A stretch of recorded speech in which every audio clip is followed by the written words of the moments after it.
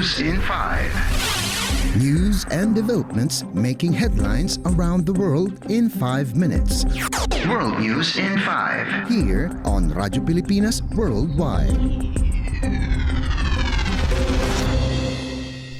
This is World News in 5 here on Radyo Pilipinas World Service. North Korea's military has conducted a nuclear strike drill on targets across South Korea in response to Seoul and Washington's latest exercises in the peninsula. According to North Korea's state-run KCNA, Pyongyang's military staged a tactical nuclear strike drill simulating scorched earth strikes that target major command centers and operational airfields of its southern neighbor. It said the drill aims to let the entire military get familiarized with the action procedures during the time of war. North Korea's nuclear drill came a day before South Korea and the United States conclude their 11-day joint exercises in the Korean peninsula. Pyongyang has long denounced the activities of the Allied forces in the region as it sees such drills as a rehearsal for war. South Korea and the U.S. repeatedly say their exercises are only defensive and needed to counter North Korea's threats. World News in 5. Here on Radyo Pilipinas Worldwide. More news overseas. The United States Embassy in Haiti urged American nationals to leave the Caribbean country immediately amid increasing violence there. Citing security and infrastructure challenges, the embassy advised U.S. citizens to depart Haiti as soon as possible via commercial or private transport, urging them to take extreme precautions. Earlier this month, the embassy temporarily closed its office in the capital Port-au-Prince following gunfire near their vicinity. Violence perpetrated mostly by gangs has plagued Haiti for years, leading the country to a devastating humanitarian crisis. To address the crisis, United Nations Secretary-General Antonio Guterres has asked nations to form an international security force that will help the Haitian National Police in battling and dismantling the gangs in the Caribbean nation.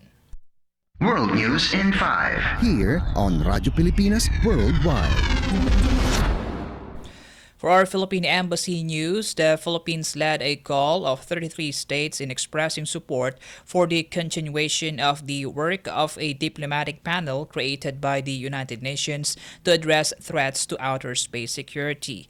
In a joint statement delivered by Philippine Deputy Permanent Representative Christine Leilani Salye during the opening session of the final meeting of the said panel, the 33 countries stressed that all activities by states in outer space must be carried out in accordance with international law and are conducted with due regard to the corresponding rights and interests of other states. The joint statement officially called the UN Open-Ended Working Group, or OEWG, on reducing space threats through norms, rules, and principles of responsible behaviors. The Philippine Permanent Mission to the United Nations in Geneva drafted the joint statement, and together with the delegations of Brazil, Germany, and the Netherlands, coordinated its endorsement by 33 countries. The OEWG had met 3 times for the past 2 years, during which the Philippines participated actively, including through the submission of working papers. One such working paper, entitled The Duty of Due Regard as a Foundational Principle of Responsible Behavior in Outer Space, looks at how the 1982 UN Convention on the Law of the Sea, or UNCLOS, and its jurisprudence could help guide diplomatic work on elaborating the principle of due regard in outer space.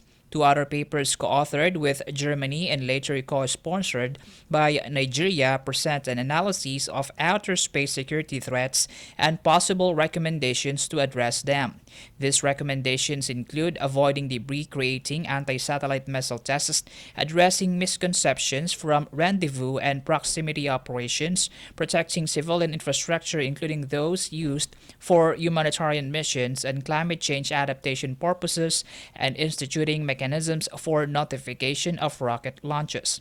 In recent years, debris falling from rocket launches have fallen on Philippine territory, posing a hazard to communities. The Philippines' active participation in the OEWG is consistent with President Ferdinand R. Marcos Jr.'s call on the international community to develop norms of responsible behavior in outer space, which he made at the United Nations General Assembly last year. World News in 5. Here on Radyo Pilipinas Worldwide. You just heard World News in 5 here on Radyo Pilipinas World Service. This is Peñano. Good day. World News in 5. News and developments making headlines around the world in 5 minutes.